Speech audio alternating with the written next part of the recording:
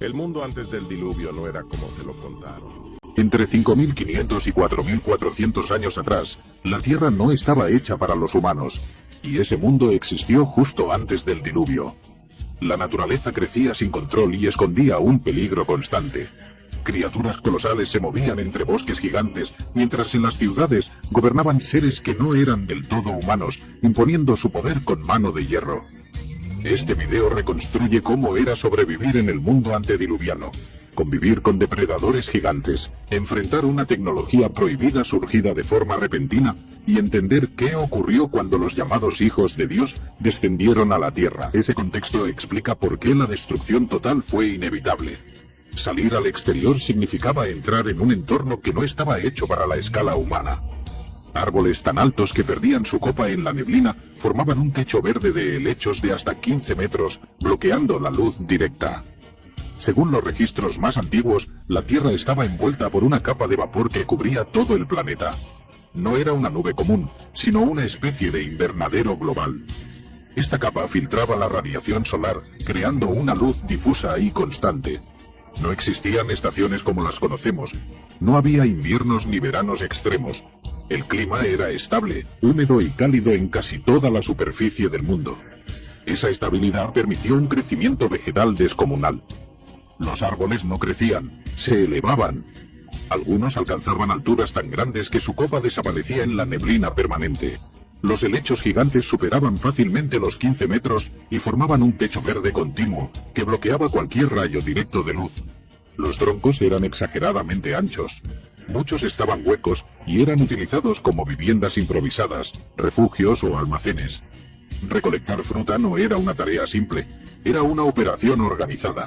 Cuerdas, grupos de personas, horas de ascenso para alcanzar ramas imposibles. Pero la abundancia era real. La tierra producía sin descanso. Sin embargo, esa fertilidad tenía un costo.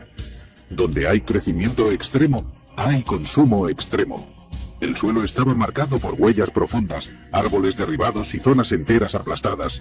El temblor bajo los pies era una señal inequívoca. Si el suelo vibraba, había que detenerse, mirar, esperar. Algo grande se movía cerca.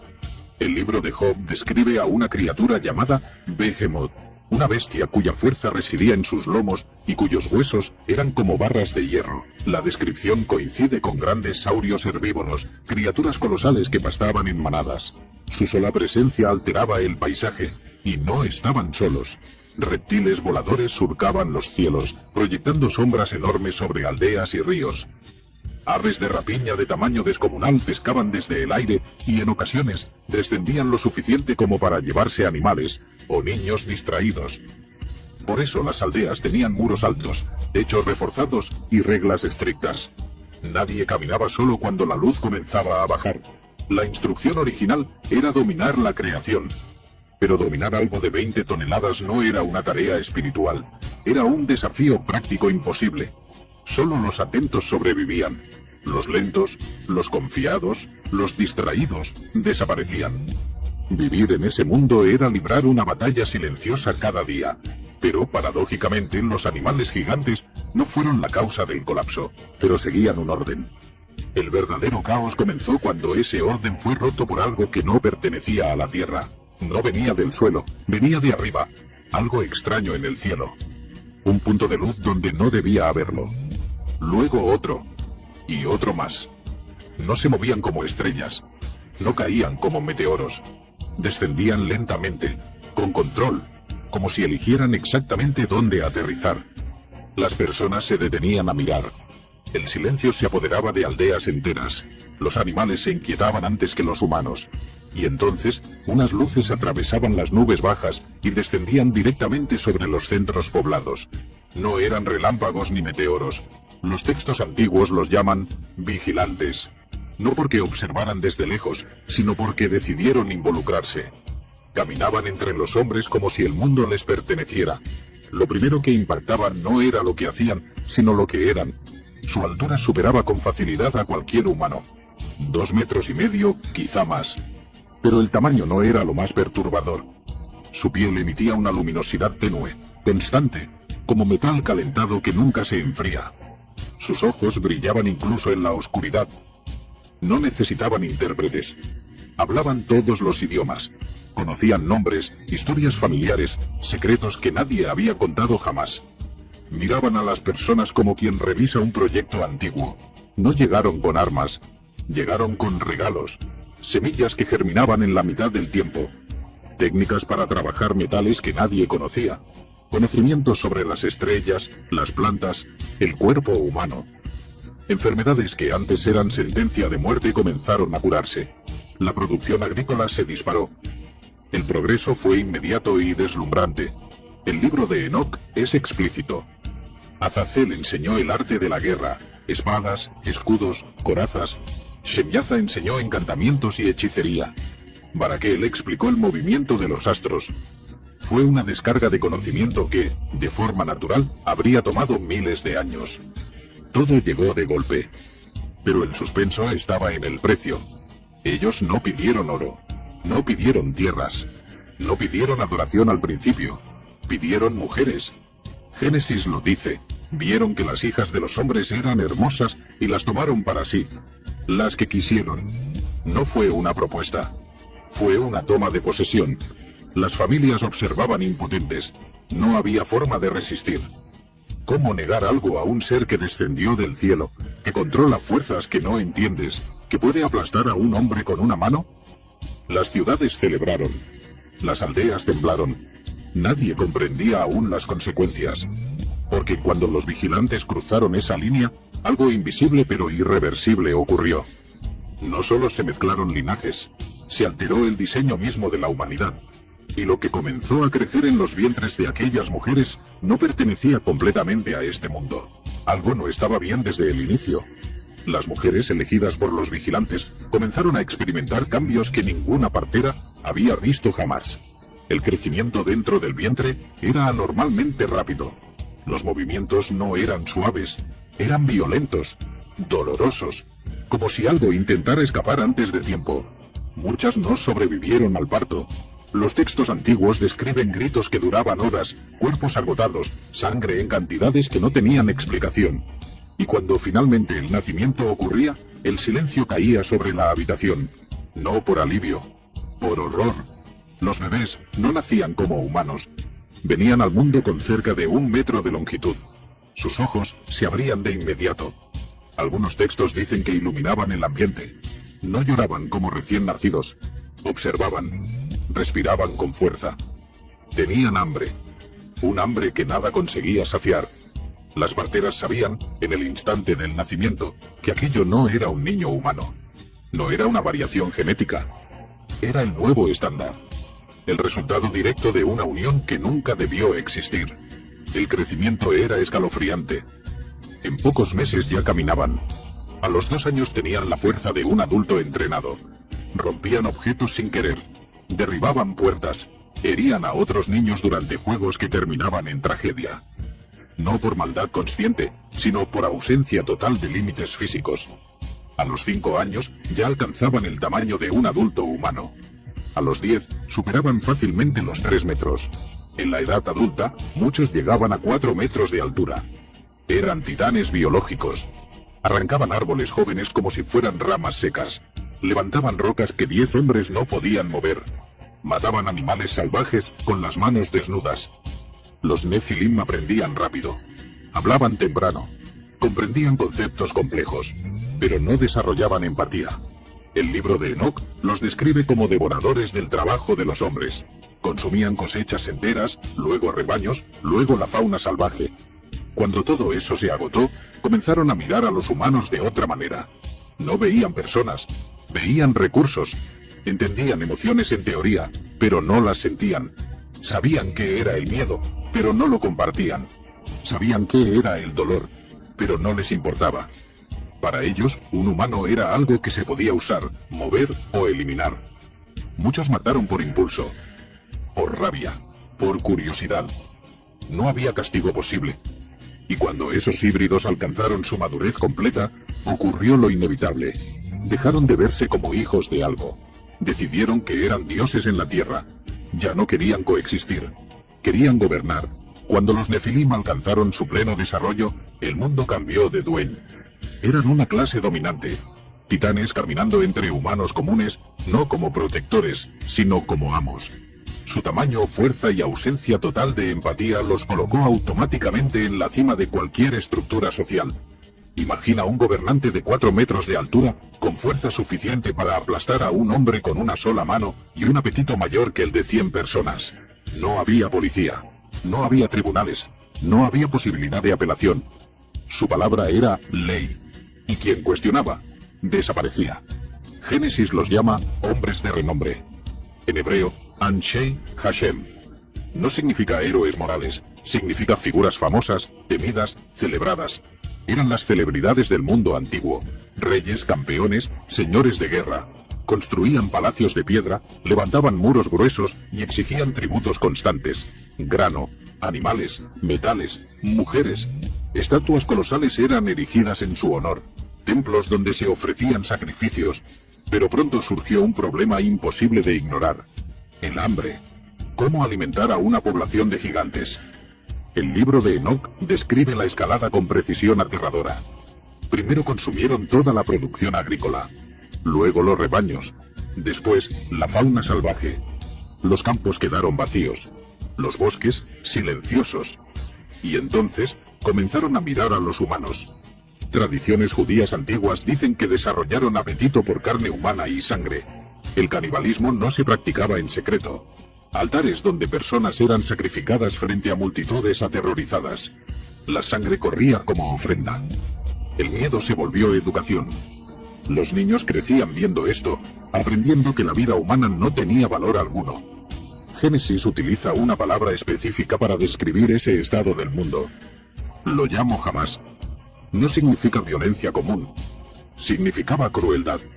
La Biblia dice que toda la imaginación de los pensamientos del corazón humano era solo mala continuamente. No se trataba de momentos de ira. Era un estado permanente. Una sociedad psicópata funcionando a pleno rendimiento. Las leyendas griegas de titanes devorando a sus propios hijos no surgieron de la nada. Eran recuerdos deformados de esta época. Siglos después, Goliat, con casi 3 metros, sería apenas una sombra genética de lo que estos seres fueron en su apogeo. El miedo no era una emoción, era la atmósfera. Se respiraba. Pero los Nefilim no eran los únicos responsables del colapso. Sus padres, los vigilantes, seguían allí. Y continuaban enseñando. En la antigüedad, la humanidad vivió una caída gradual. Pero cuando los vigilantes revelaron sus secretos, no hubo un lento avance. Fue un salto demasiado grande para una especie tan joven, tan desprotegida. De repente las personas sabían lo que nunca debieron saber. Las herramientas de la edad de piedra y madera quedaron atrás. La metalurgia avanzada llegó en un abrir y cerrar de ojos. No fue un descubrimiento, fue una transferencia directa de tecnología. Espadas, cuchillos, escudos, corazas, todo fabricado con metales que no se podían encontrar en la naturaleza. Y lo peor, lo más devastador, no solo sabían fabricar armas, también sabían cómo matarse con ellas. Azazel, uno de los líderes de los vigilantes, enseñó a los humanos a forjar metales, pero no para protegerse. No, enseñó a matar.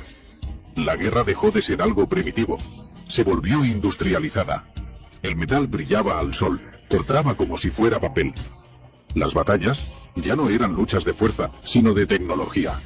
Pero Azazel no solo enseñó a pelear, también enseñó a seducir. Reveló secretos sobre el arte de embellecerse, el uso de metales preciosos, el embellecimiento de los párpados, la pintura corporal. Lo que para nosotros podría parecer trivial, en ese momento fue devastador. La vanidad se convirtió en un arma de control. Las mujeres competían por la atención de los vigilantes, por la adoración de seres que ya no eran humanos. Los hombres se obsesionaron con el estatus físico, adornándose con joyas y pinturas, sin comprender que estaban sellando su propio destino. Pero la corrupción no terminó ahí. Otro de los vigilantes, Shemyaza, enseñó a los humanos lo que hoy llamaríamos hechicería. Raíces, encantamientos, sustancias que alteraban la conciencia. Los humanos comenzaron a manipular las energías del mundo, a alterar el curso de la naturaleza a su voluntad, sin comprender las consecuencias de sus actos. El conocimiento ya no era algo puro, se había transformado en un peligro. Las tradiciones mencionan a Tubal-Caín, el maestro de todos los artífices de bronce y hierro. Este hombre descendiente de Caín no solo perfeccionó el arte de la metalurgia, sino que también introdujo la música en el mundo. Pero no una música divina, una música que fuera un medio de adoración, sino una música hipnótica. Las calles se llenaron con sonidos incesantes, ritmos que adormecían la mente humana, haciéndola más susceptible al control, a la manipulación. La tierra, que una vez fue un jardín para los hombres, se había convertido en un laboratorio descontrolado. La ingeniería genética se desbordó, violando las leyes divinas. Y lo peor, todo esto no fue un secreto. Todo fue público. Los humanos empezaron a crear seres que nunca debieron existir. Serpientes, caballos con cabezas de hombres, criaturas híbridas entre hombre y animal. La naturaleza misma fue violada. Las barreras genéticas que Dios había puesto para proteger la diversidad de la vida fueron destruidas. La creación entera comenzó a corromperse. Para este punto, la Tierra ya no albergaba una sola humanidad. Existían dos mundos opuestos, separados no por geografía, sino por valores. En las llanuras fértiles se alzaban las ciudades de piedra del linaje de Caín, fortalezas amuralladas, protegidas con tecnología enseñada por los vigilantes. Dentro, el ruido era constante. Forjas trabajando día y noche, música incesante, fiestas interminables, prostitución cultural y adoración a los gigantes. Un mundo de lujo, poder y miedo, donde todo se podía comprar, excepto la paz. Lejos de allí, en las montañas, vivía el linaje de Set. No construían ciudades ni muros. Habitaban en tiendas nómadas, en contacto directo con la creación. Rechazaban la guerra, la hechicería y la idolatría. Conservaban la tradición de Adán, el recuerdo del jardín y la esperanza de redención. Durante generaciones, esa separación mantuvo viva a la humanidad original, pero no fue suficiente. Génesis describe el colapso con pocas palabras. Los hijos de Dios vieron que las hijas de los hombres eran hermosas. Los hombres piadosos miraron hacia las ciudades. Vieron el lujo, la música, el poder y descendieron. La seducción venció a la santidad. Cuando la última barrera cayó, la corrupción se propagó sin control. El diluvio no vino porque algunos eran malos, sino porque ya no quedaba nadie incorrupto. La humanidad se volvió uniforme en su maldad. Y mientras la ética humana colapsaba, algo aún más perturbador estaba ocurriendo. La vida misma estaba siendo alterada. Durante miles de años, el mundo había vivido bajo una estabilidad perfecta. Pero de pronto, algo comenzó a fallar. La capa de vapor que protegía la Tierra empezó a colapsar. Por primera vez en la historia, los seres humanos sintieron frío. No miedo, frío. El viento sopló con una fuerza desconocida. El cielo se oscureció. Nubes densas bloquearon la luz difusa. El sonido del trueno, algo jamás escuchado, retumbó como una herida en el firmamento. Y entonces cayó la primera gota. Génesis lo describe con precisión inquietante. Aquel día se rompieron todas las fuentes del gran abismo y las compuertas de los cielos se abrieron. No fue solo lluvia. El suelo se partió. Reservorios subterráneos explotaron. Géiseres brotaron con violencia desde la corteza terrestre mientras el cielo se desplomaba sobre el mundo. El agua subió metros en minutos. Ríos desbordaron instantáneamente. Ciudades enteras desaparecieron en horas. Los muros que habían sido construidos para mantener enemigos fuera se transformaron en trampas mortales, encerrando el agua dentro. Algunos corrieron a palacios de piedra. Otros intentaron escalar montañas. Fue inútil. Mientras la civilización más avanzada, violenta y genéticamente alterada de la historia se hundía en el lodo, una estructura de madera ridiculizada durante décadas comenzó a flotar. Una caja gigantesca construida por un hombre llamado Noé. Una puerta se cerró. Y el silencio que siguió fue ensordecedor. La mayor civilización que jamás existió fue borrada tan completamente que hoy la llamamos mito.